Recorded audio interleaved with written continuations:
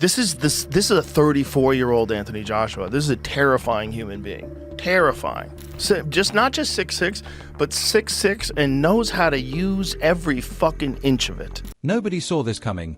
Joe Rogan's breakdown of the Jake Paul versus Anthony Joshua fight has sent shockwaves through the fight world, but not in the way anyone expected. What he points out is so surprising, you'll wonder how everyone else missed it.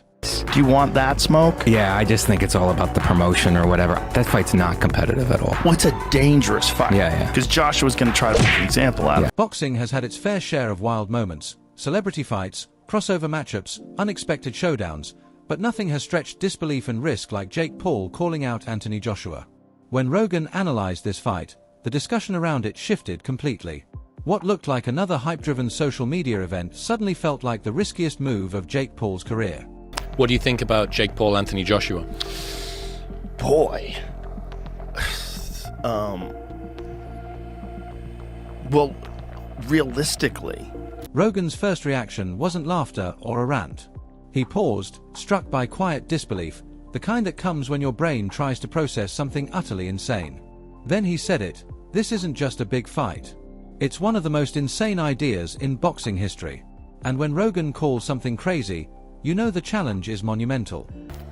It's one of the craziest propositions of all time. You take a guy who just had a boxing match that looks like a sparring match with a 58-year-old Mike Tyson. He doesn't soften the reality. Jake Paul just fought a 58-year-old Mike Tyson, a fight that many fans felt looked more like sparring than an actual battle. Anthony Joshua, on the other hand, has faced the toughest competition the heavyweight division has to offer. The contrast isn't just noticeable, it's staggering. Jake went from a light session with a nearly 60-year-old legend to challenging a man built like a boxing titan. And then you're going to fight one of the absolute scariest knockout artists in the heavyweight division. To underline the danger, Rogan shows the Francis Ngannou fight, where Joshua reminded everyone why he was once one of the most feared heavyweights in the world. Rogan emphasizes, to understand the risk Jake Paul is taking, watch Joshua against opponents who are already elite. Joshua can dominate, and when he does, it can get brutal very fast. Maybe we should watch the Francis Ngannou fight, so you could see. Let's watch that real quick, just so you can see what Anthony Joshua is capable if he's fighting someone that's not in his league. Sure, Usyk beat Joshua twice, and Andy Ruiz shocked the world. But Joshua came back from every setback, showing the kind of resilience only true champions have. Rogan reminds viewers, these fighters aren't social media stars or retired athletes, they're generational heavyweights. Joshua has survived them all.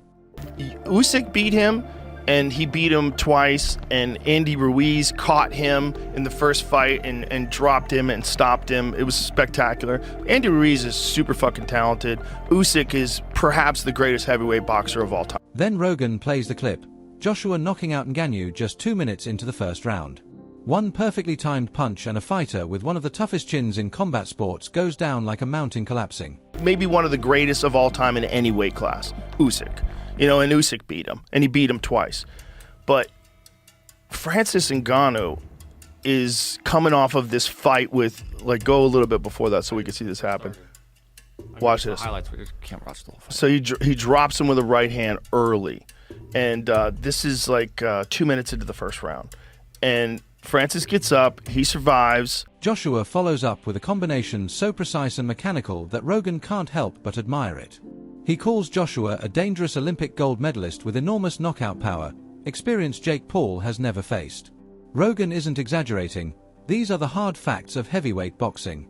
And then Joshua, check out this combination he hits him with. I mean, dude, the speed that he hits him with this, he's so dangerous, man. It's like you're dealing with a guy who's an Olympic gold medalist, and he's enormous, and he's got vicious knockout power, and he's got immense amount of experience at world-class levels. Breaking down the knockout punch, Rogan notes a right hand so sharp it lands like a full-force shot to the temple. Ngannou tries to stand, but is clearly gone. Joshua essentially bends him in half. And this is exactly the man Jake Paul wants to fight. Fought Usyk twice, fought Andy Ruiz twice. Oh, man. Bro, the timing in that right hand, just spectacular. That's stepping in spectacular, as well. over the top. I mean, that was a full force shot to the temple. I mean, he's Fucksville right now. So they wipe off his gloves, but you look at him like he's really feeling it right now. Rogan laughs, not because it's funny, but because it's surreal. He admits he'll watch, because curiosity always beats logic. But the idea that Jake Paul would step into the ring with someone who hits like a wrecking ball and moves like a lightweight, that's what amazes him. I'm definitely going to watch. So you got me there. And if you want to show you're legit by taking on one of the scariest fucking heavyweights alive. Can you get the tail of the tape of Paul and Joshua? I was gonna say he has to. They got him to weigh a grade of 245. That's only like 7 pounds less. Yeah, that's nothing. Yeah, and there's some sort of a rehydration clause. Listen, kids, it ain't going to matter. You know, there's not a chance that Anthony Joshua is not going to just lose the weight beforehand.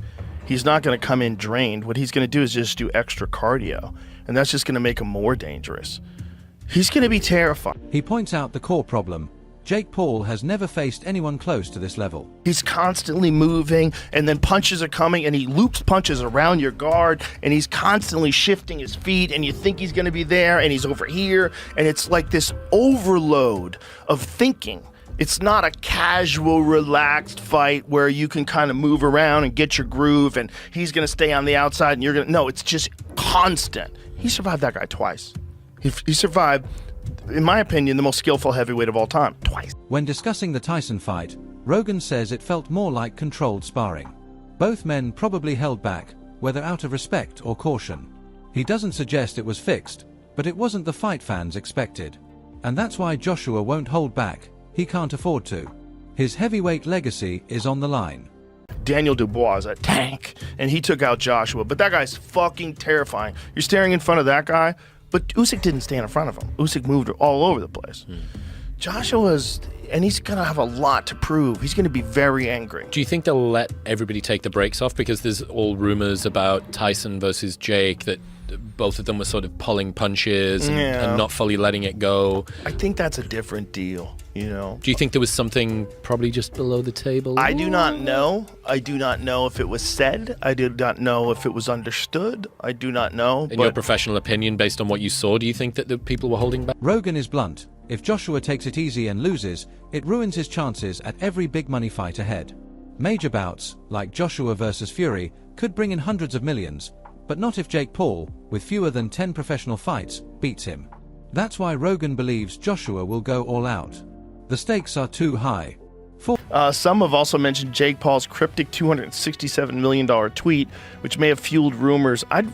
Listen, it really depends on who's setting it up.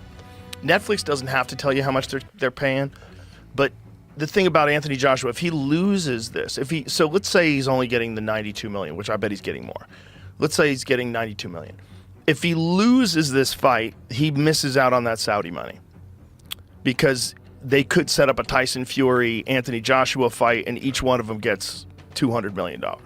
You could do a fight like that. The Saudis can do a fight like that. They can do a fight. They have enough resources to throw at boxing where they could change the entire landscape of boxing. Rogan is sure Joshua will strike hard, fast, and without mercy. A 34-year-old prime heavyweight with Olympic credentials won't let a social media star play hero. This isn't personal, it's business. And in boxing, business is unforgiving. Jake Paul, and anything other than that, from a 34-year-old Anthony Joshua, will make us all think it's a fixed fight. Whether or not Joshua can do it, whether or not, Jake Paul shocks the world and shows us that he really does know how to box really well and moves really good and uses his jab and blows us all away with a strategy and a lot of footwork and movement, and brings Usyk into his camp, or Lomachenko's dad, even better, who's the guy who trained Usyk. He trained Usyk as well. Lomachenko's father. That's why they both are the best moving fighters in this generation, by far. By far. They're in a group of... Rogan returns to the central truth. He wouldn't want to be Jake Paul facing a 636-pound, nuclear-powered heavyweight who destroys elite athletes. Yet ironically, he admits this fight is the biggest chance for Jake Paul to prove himself. Even surviving a round could elevate his reputation. The greatest of all time, like Willie Pep and Pernell Whitaker. There's like a group of like defensive wizards that exist today they're in that group. And two of them that exist in that group are trained by the same guy. Lomachenko and Usyk. I don't want to be Jake Paul. That's what I Yeah, know. fuck I know that. I do not want to be. But what better way to show the world you're legit? Go get knocked out by Olympic gold medalist, former world heavyweight champion, 6'6", 250 pounds. Yeah, I mean, it's Show wonderful. the world you're in it to win it. You're definitely not fucking about. In the end, Rogan's analysis leaves us staring at a fight that shouldn't make sense, yet somehow defines our era. He frames Jake Paul versus Anthony Joshua not as a joke or a circus, but as a serious warning. Boxing still has real consequences, regardless of celebrity hype. If Jake enters that ring, he's challenging not just Joshua, but heavyweight history itself. That's why people can't look away. Reckless ambition versus raw power, disruption against experience. Love him or hate him, we all watch because this is unscripted, high-stakes action. As Rogan says, this fight isn't just a matchup, it's a moment that could reshape boxing forever. Stay tuned.